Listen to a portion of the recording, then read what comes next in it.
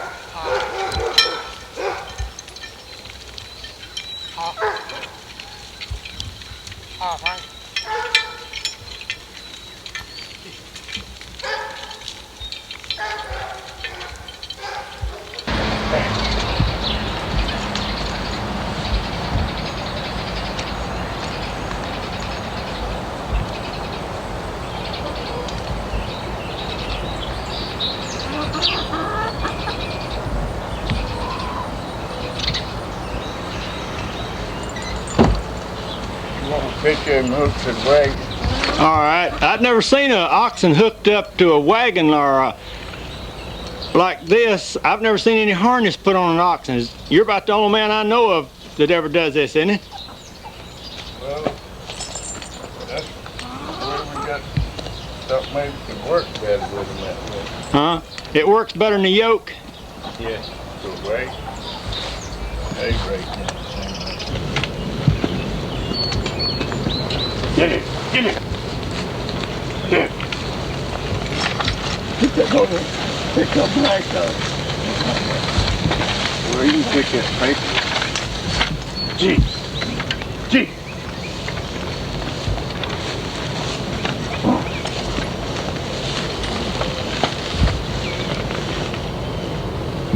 Get it! Go on. Going on the radio. Give me.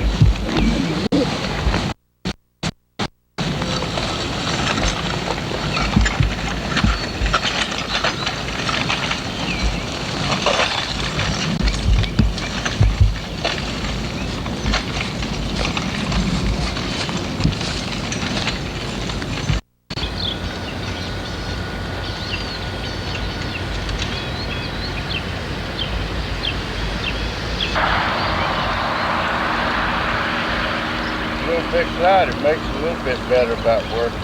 Yeah, not as hot on him, is it? Well, we can trace back that we do know that Isaiah was growing apples, and where his parents were or not, I cannot tell you for sure. Yeah. Back in those days, they grew apples. A lot of them were grown for apple brandy. My grandfather, Cana Lowe, had a federal distillery, and he grew apples to make brandy out of that. Back in those days. This cane you make molasses out of? This cane we make molasses out of, right. That's a wicked looking knife you got right there. That's made from a cross-cut saw. Did you make it? I made it. I bet you made it just special to cut cane, didn't you? Yeah, and put it in a down pipe from a sink. Uh-huh. I used to have the old gray cane. Uh-huh. But it seemed like I get more molasses out of a run of this than I did that.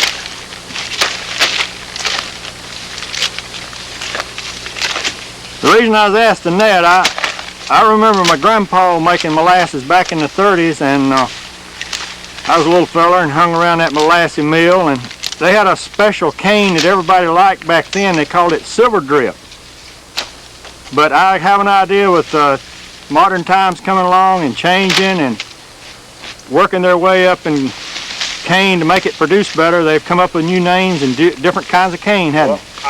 I've got a bunch over here of Silver Drip, but I got it planted late and it didn't come up and do so good. Oh, yeah. fill up farther than that here.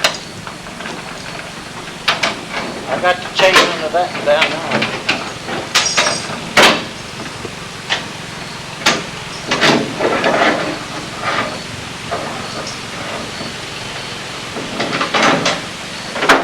I'll hold it right there.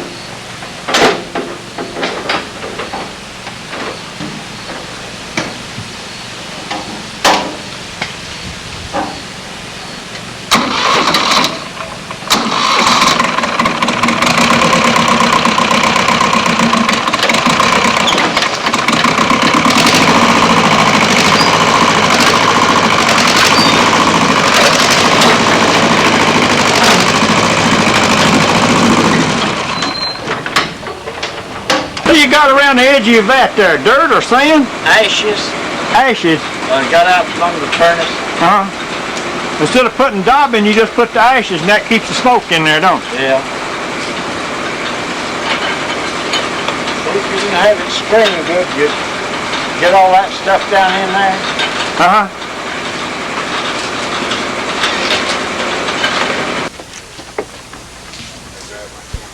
A lot of steam comes off of that, don't it? Yeah, right much steam comes off of it. There's a lot of water to be boiled out of it. I guess this might be like some other things. You can't guarantee nothing till the finished product is. And then sometimes it's messed up. But this seems to be working pretty good. Certain years, I guess there's more sugar in it, isn't there? Well, I think they are, and there's some cane that's more sugar. Uh-huh.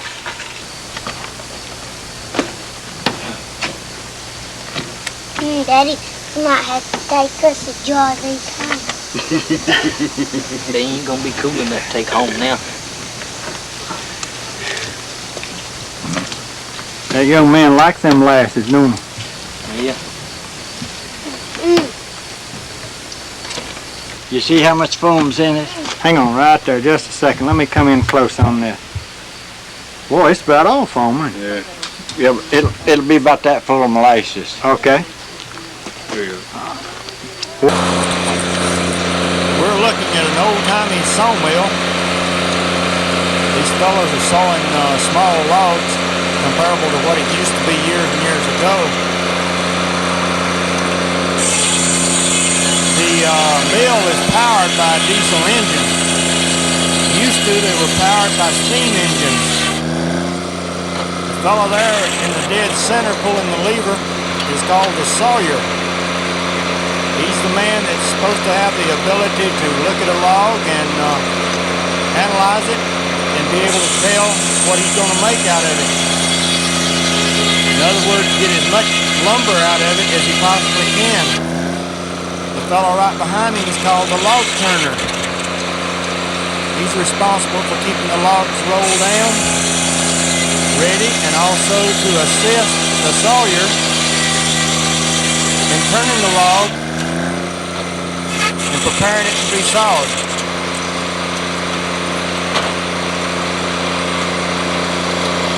The fellow walking across there is called the off-bearer.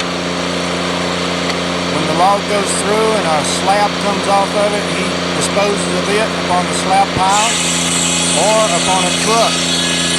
Then when the lumber comes across, he off-bears it. He takes it away from the saw.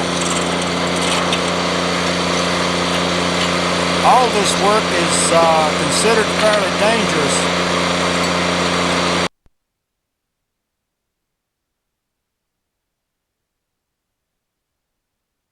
He's putting the lye in now. We put that in before we put the grease. Can you turn this?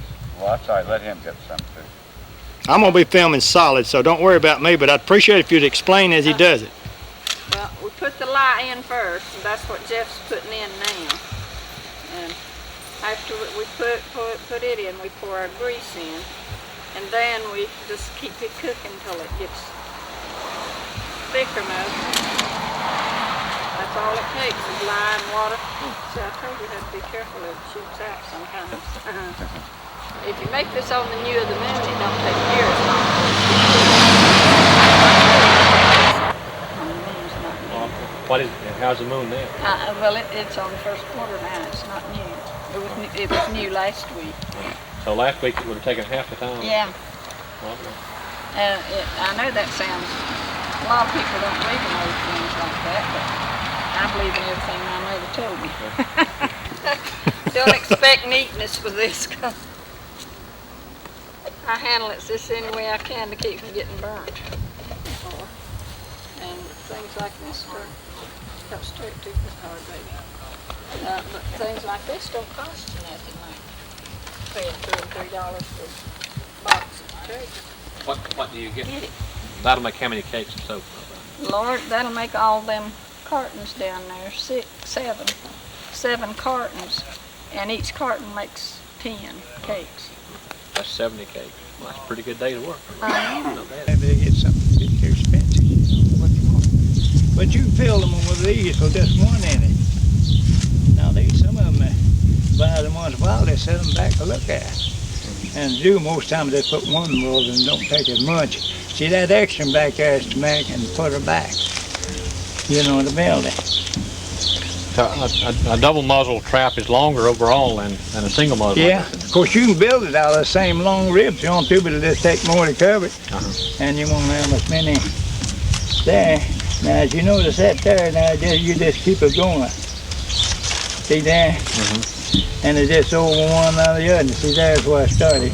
Now you watch that. And you want order. If it was an odd number, you couldn't do that. Now, if it's even number, you see, I mean, then you're if that it skip was two. You're that skip two about every round, and then that until you splits back further away. Which that would hold your fish, but it wouldn't look as good. But the odd number, you see there now, you can just keep it round and around. And you see it just works right if you don't miss one. I would say these here last 12 months, maybe longer than that. These splits that come around here, about 6 months, you saw that stays in the river.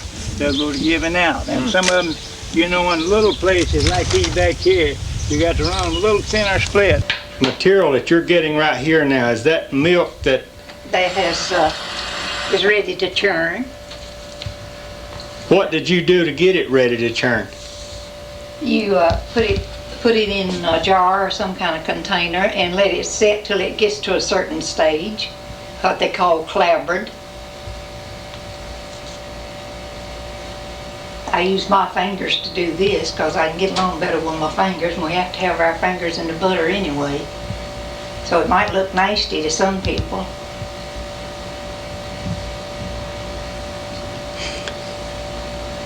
Now this is cow's milk that has been milked by hand, is that right? Yes, that's right. It's been milked by hand. So you imagine about how long it takes. Let's see, today's Monday, so it's set about 2 days, good 2 days, hasn't it? Yeah, and of course in cold weather, milk, it's according to the temperature, how quick it'll turn. But if I could find another lid, I'd get it.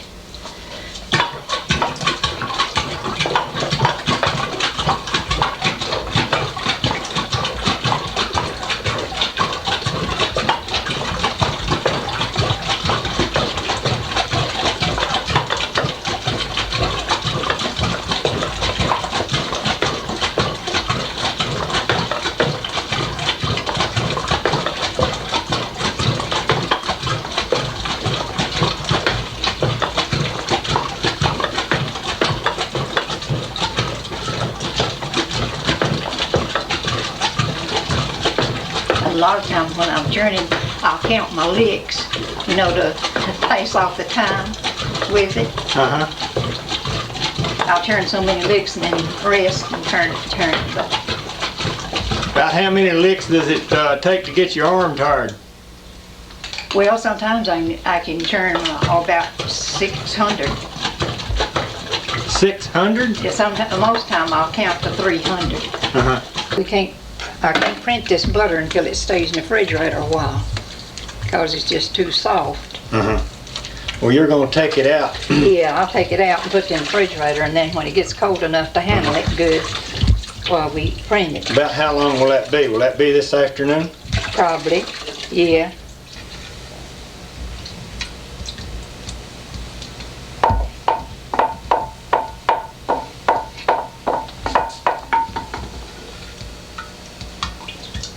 think that's about got it. Did you want a picture of that thing? Oh, I've got it. Go right ahead.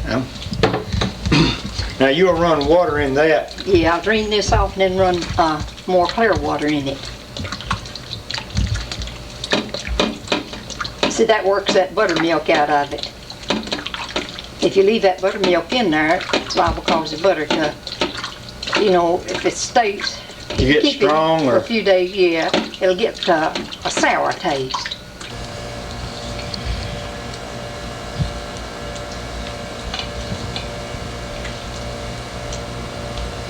what are we doing now?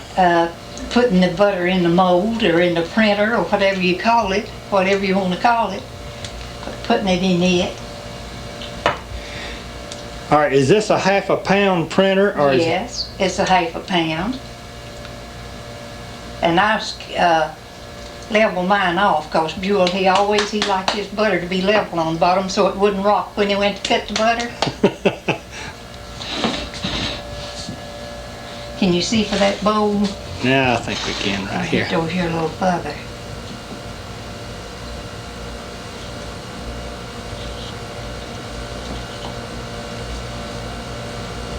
Turn loose. All right. Now she has to go back in the hot water. You put your And then in the cold water. printer in the hot water first and then in the cold water. Yes. Why is that?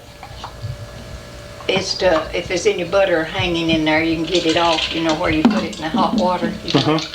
Then it has to be cold when you put it in the printer. This keeps the butter from sticking. Yeah. And you have to keep your hands cold. If you don't, it'll go to melting your butter. 2 3/4 anyway. I don't know whether you weigh out or not, but when it gets a little solid, we can weigh out a cake of it. We got some scales over yonder. Just a tree, part of a tree. Yeah. All these are made up of a tree. Now, how'd you carve these things out? Well, let's see, I ain't got that. Maybe Chisel? Hammer and yeah, chisel? something that. Now I have a hatchet or something like that. Now, if that was sharp, I could chop that. I could chop that thing out pretty fast. Uh-huh. Something in there. I ain't got one of the things. I ain't made nothing. Been a good bit since you made something? No, and I don't keep up with my tools very good. That's all right. I tell you what we're gonna do. If you will, pick up that picture right there in front of you. That right there, yeah. And hold it up a little bit and let me take a look at that Hold it thing. a little above there. Yeah, there you go. Turn that thing over now. Let me look at the back side of it. Push this. Yeah, I'm going to hold it. if you will, please. Can you see it? Yeah, Don't oh, turn it sideways. Yeah, I can see that real good. Now this bowl over here, red one, yeah. Boy, that grain shows up good in that. Yeah. I bet that took a while to make, didn't it? Yeah, that's what a little work.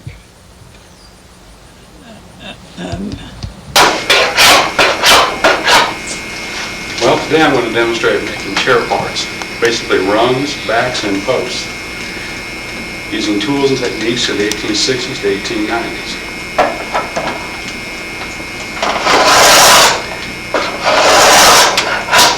Would you show us the hand tool you're using? Okay.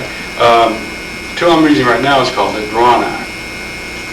It's specifically a roughing draw knife for rough out parts with it. It's got a curved blade, drop handles, and it's used to pull through the wood to create the shape.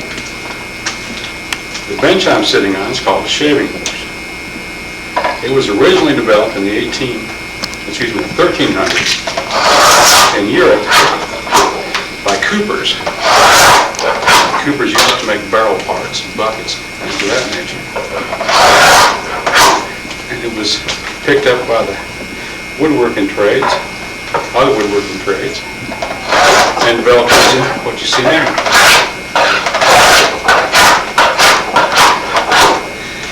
And it basically is nothing more than a foot vise.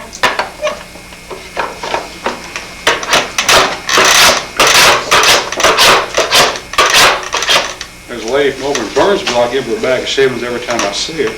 She fires raku pottery with it. which is a reduction process. It burns very quickly and drags in all the oxygen. And she can fire her pottery with it.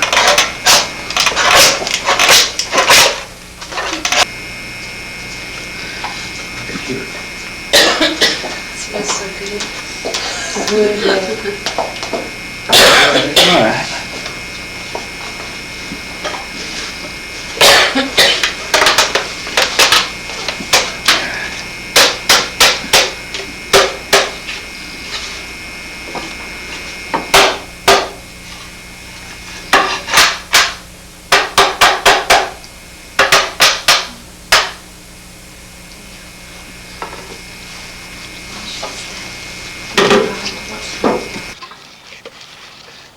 This looks kind of old-timey.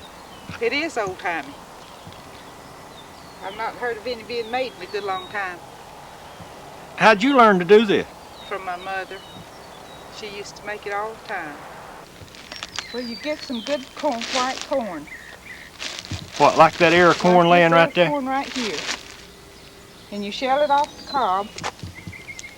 I guess most everybody knows what a cob is, but Yeah. you shell it off the cob, and then you wash it and put it in your pot with ashes. I'll explain the ashes later, what they're for. Yeah.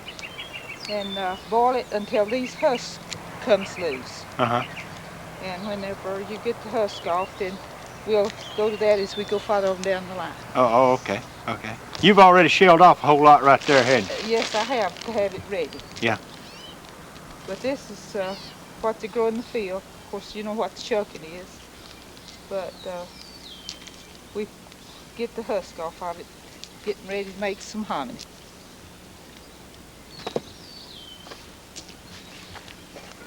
I'm going to put it in the pot here and wash it so that it get all the little silks off.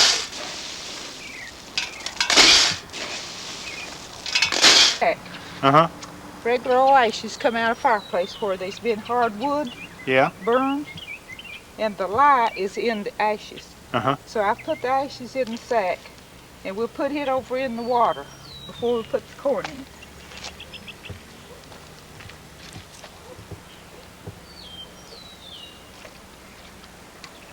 That will make the lye too. We'll husk the corn. That'll help soften that old hard husk on that corn, won't it? Right, that's what gets the husk off. Uh-huh. Wilkes, Surrey line. Yeah, that's right. We're right on the line right here, aren't we? Right. I believe I'm standing in Wilkes and you're in Surrey. Well, it's kind of rare that we get this privilege to stand on a county line and be able to see something like this take place. That's right. It's rare to see something like this take place, period.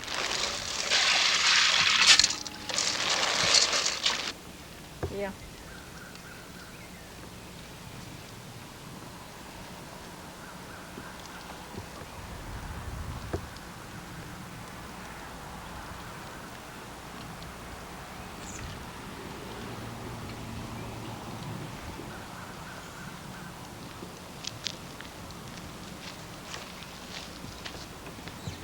What you doing there? I just put the rest of that lye in there. Oh. Would you get another grain of that and about at this time let me take one more look at that?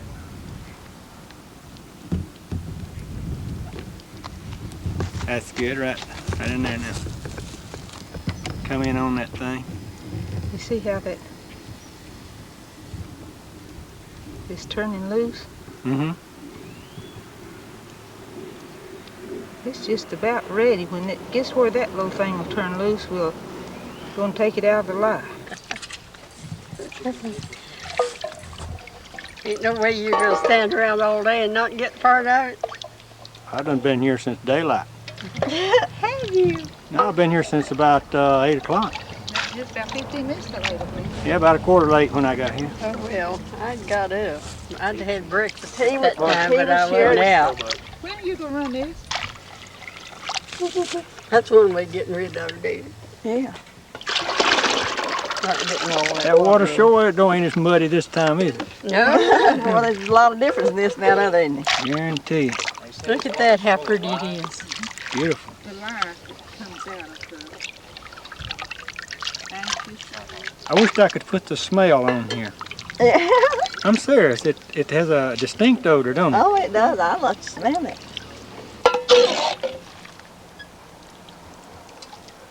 I was looking to see if yours looks any better than mine did. I think it does, doesn't it?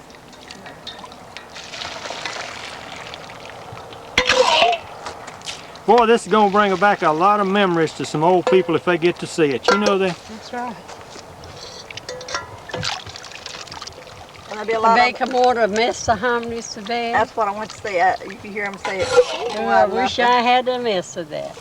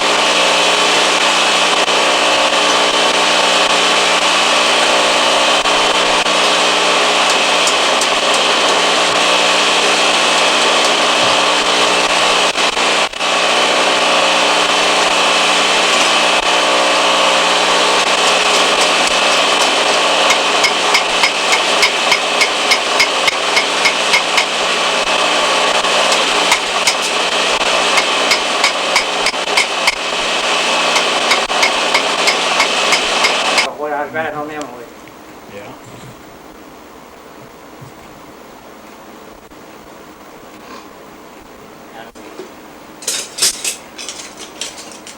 I hear some have a handsaw like a short paring knife. Mm-hmm.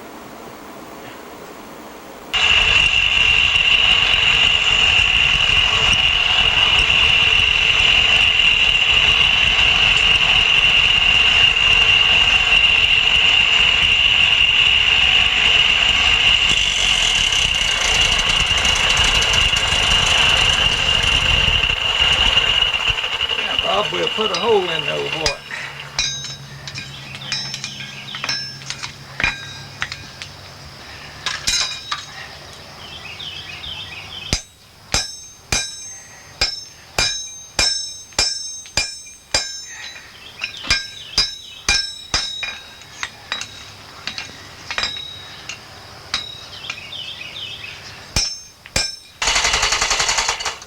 Bob, let's cut it anyhow. All right. Let's cut it anyhow. What we're going to do right here? We're going to cut this thing off if it's too long. Uh-huh. We'll just cut it off and make it right, Bob. All right. Cut it off. We'll just cut it off. It's too long.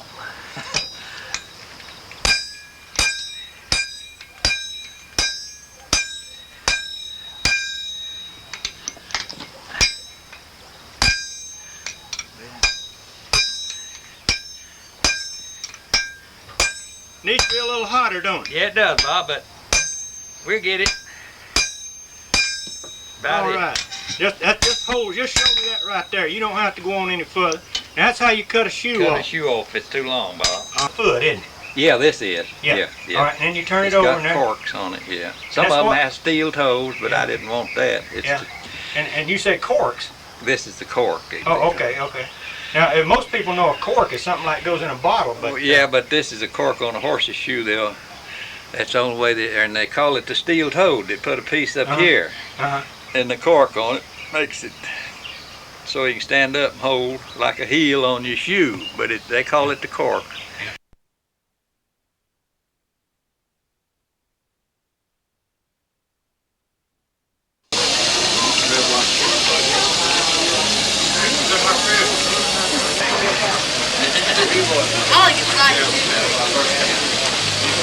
Come around here, you're at the back, you can't see a thing. Come to the front.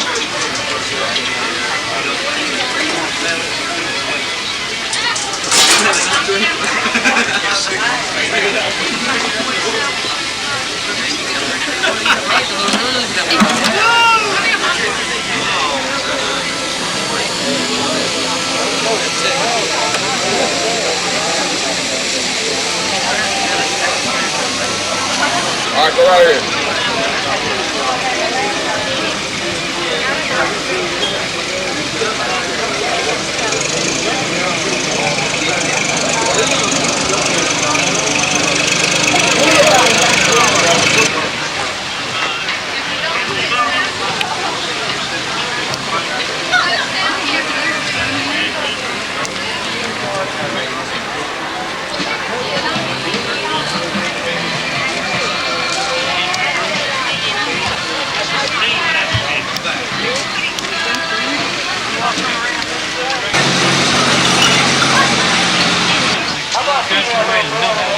Yes, sir. I come up the hard way and I don't deny it. I'm from Percy Flower. You are? You know what Percy Flower done though? Oh, you got pretty The hot. first thing you ever had in Johnson County, they come up there and got an old man in Wilkes County.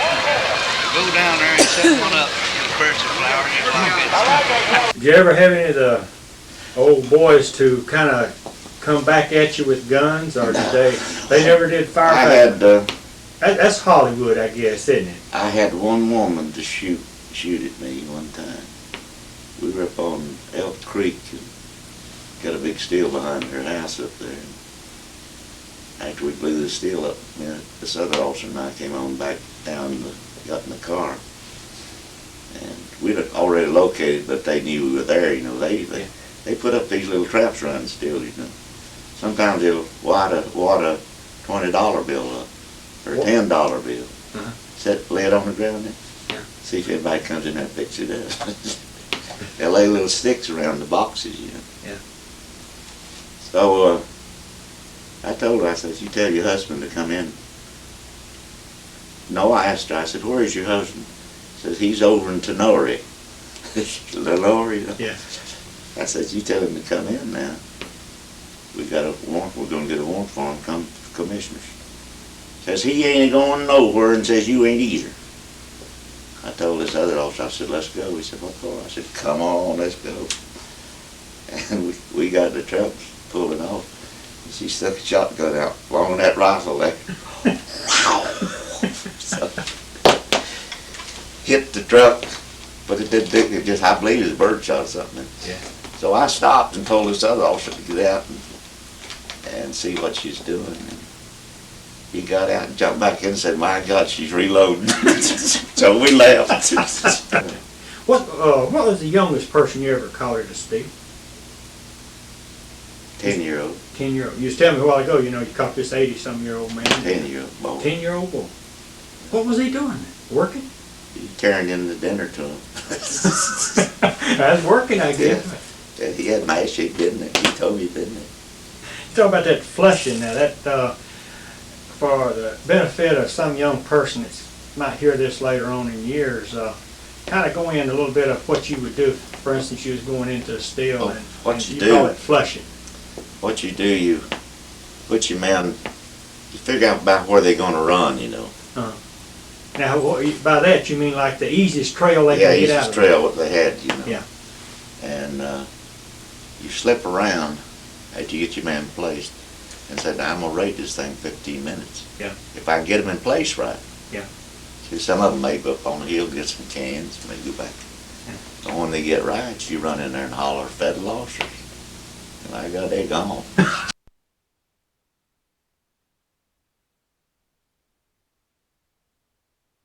When did you learn to tat? When I was 10 years old. Who taught you? My school teacher. What was her name, you remember? Laura E. Walker. Of course, I expect she's been gone a long time. I have an idea so. She was Because she's old enough to teach us then, you Yeah, know, we were uh-huh. little. If she's living, she's an old person. You went to school where now, in Ronda? Rhonda, here's my class ring, Rhonda High School, How about that? 1924. Kind of show me a little bit about what you're doing, because this is classified now basically a lost art, isn't it? Oh, yes, yes, definitely. All right, you have to put your thread around your fingers, and then you have to count your stitches. Uh-huh. This ring has 32 stitches, and there's eight stitches before you make a picot, which I'll show you what that is, or put it together. The picot right there is what. Now hang on just a second. I'm gonna go real close in on your fingers. Okay, I'm putting it together now. You see, starting it, Uh-huh. and then we'll have 8 more stitches. This little metal thing you have in your hand is your shuttle, isn't it? That's what carries your thread. All right, you have to. You didn't have a metal shuttle to start with, did you? I had a wooden one, but I had a stick You had a stick. to wrap thread around the stick. That's what I had to learn with. Get in focus right here. Okay. How long did it take, say, for instance, hours, did it take for you to make what you have in your hand? Half an hour? Hour? It'd take an hour or more. Just to make what See, you've got right there. And we're yeah. talking about a foot of this tatting, isn't it? Mm-hmm. Takes about an hour just to do a foot. If you stick with it. See, I don't stick with anything. 4 of us went. I mean, there were 6 went, but 2 didn't do anything. They sort of stood behind us. And I told you that when you was here, the little boy. See, I made tatting and talked all the time, of course. Yeah. You can lay that down. When you see the loom, you can see the harness. Each one of these numbers here represents the harness. And this is what it is drawn in by. This one is Death Conquers King and Princess. That's the name of that pattern. I have one here that's called the Kentucky Beauty. That's another old draft that. And I know that she don't have time to do the weaving. Bring her on. Let me teach her how to weave, and she'll have something to do while you're building dollhouses. Well, that's a thought, man, sure enough. She can weave something pretty to wrap the little dolls up in and put them in the house.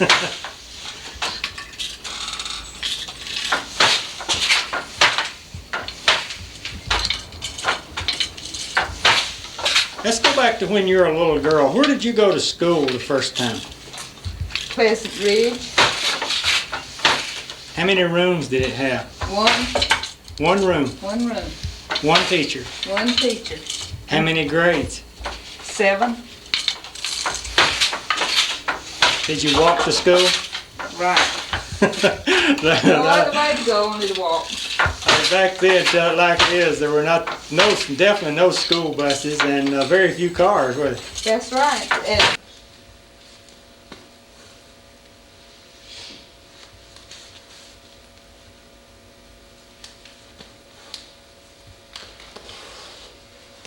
This is just pulled a little too tight to crook good.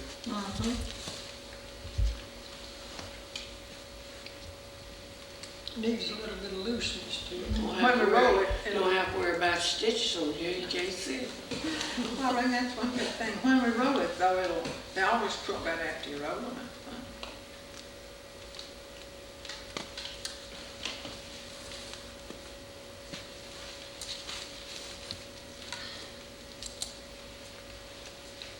Well, this wasn't perfect. It wasn't perfect here. I did this at home. But I believe I had this quilt. I hadn't put I had it pieced. And I, for several years, had made the quilt for our harness sale at the church each year. And one summer, this lady called me that had made it by the last of May. You think she'll get it? Yes, she's going to, if we have to make long stitches. Well, just rub out some of these lines. No, I've quilted on these before, and you don't get them done in a while. Okay, we'll just use it as a pattern type of here. So, North Carolina, then you've got the bird. And the flower. And the flower. The year. The 12th or the 13th, isn't it? Right.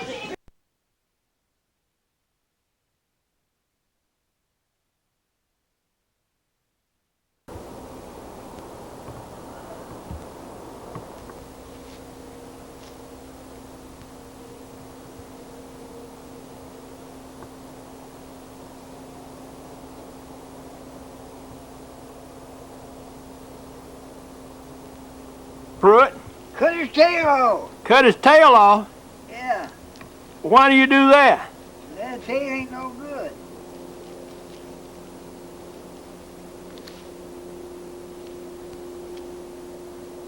You go the way they go and look up the tree, you'll find it.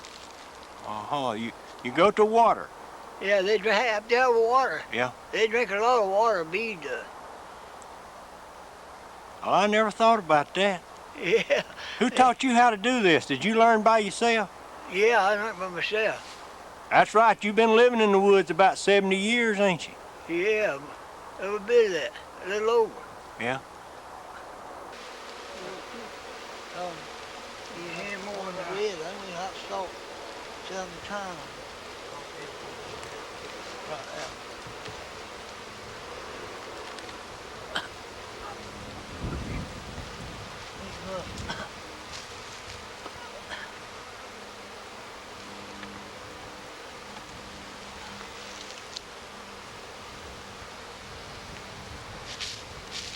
Give me the lead.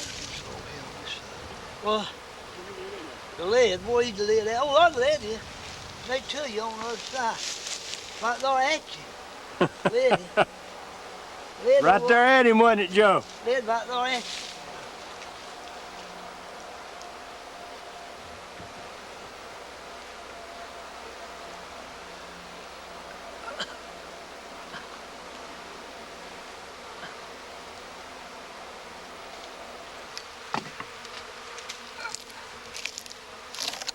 Before you dump them off, can I see that? Good. Well, wait just a minute. Now then, Mr. Pruitt, go ahead and get them bees.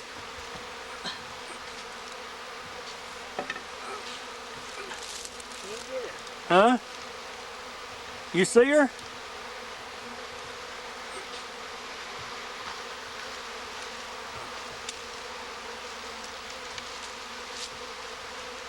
get your smoker, Joe. Well, the folk there. Right here's the smoker. Go in. Right there. Well, get the smoke.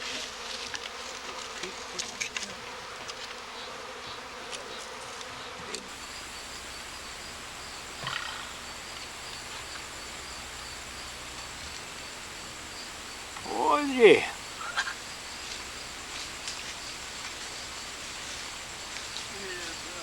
Run. Oh, there's a run.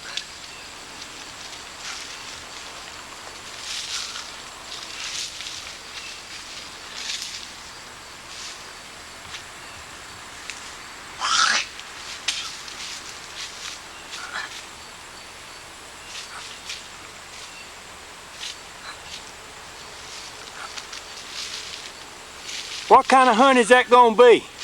I guess it's poplar and honeydew. There wasn't no sourwood this time much, was it? No. That dry weather, you reckon that's what it was? Boy, no sourwood.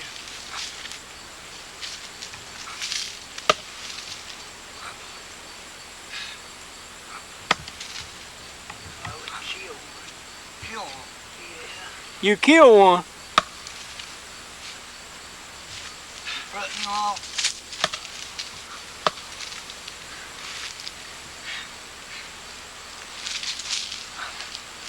Boy, I ain't never seen nobody do that. You just knocking them bees right out of there.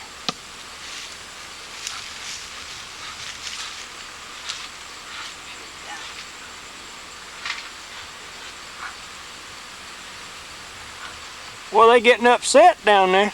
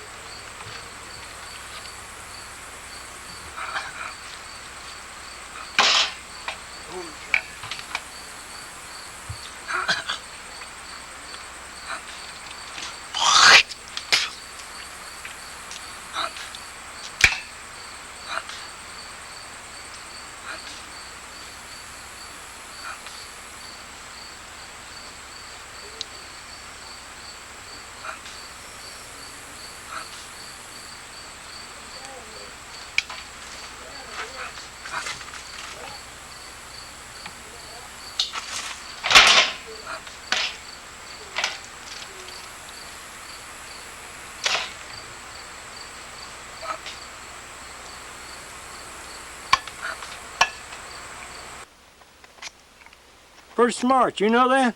Huh? You're pretty smart, you know that? I don't know. Some people said I live on a rock. I don't. I had some tools in my.